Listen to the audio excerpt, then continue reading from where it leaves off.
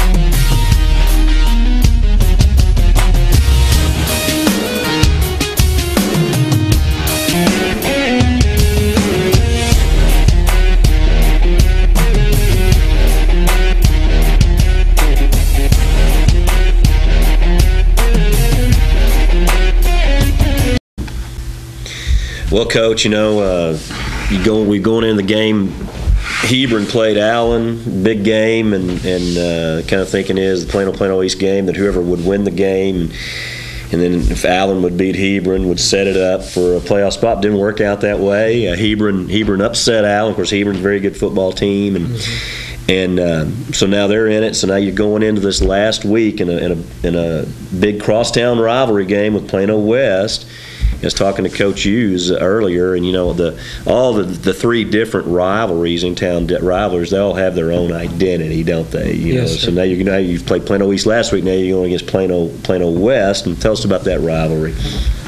Well, Plano West was opened up later than Plano East, so I mean it probably doesn't have as long a tradition as a rivalry, but it's really, to be honest with you, in some ways it's more heated, just because our kids, especially a lot of the kids that actually went to Jasper with, actually shared schools at Jasper. So it's, in some ways, it's even more heated. They live closer together. They see each other more often. So, that's the culture that I see that's a little bit different. Things normally, sometimes, especially in life, don't always go the way we plan them. And so really the thing that I'm going to encourage our team to do this week is to be focused on Plano West. We really can't control what happens between Hebron and Marcus. Of course, we're going to be we're going to want to know what happens, but if we're sitting there worried about what's happening in that game, we're not going to give the energy and the focus that we need to give to Plano West, because they're a very good football team. Every team that they've played in, every game they played in this year, they could have won. They've knocked off South Garland. They beat North Mesquite. They beat Arlington Martin. Those are all top 20 teams in the area. So we know they're a good football team. They're well coached. They've got great kids. They've got great players. And plus, on top of all that, they've got great pride. So we know that they're going to come out and they're going to give us everything that they've got. So we're going to have to return the favor and match their intensity.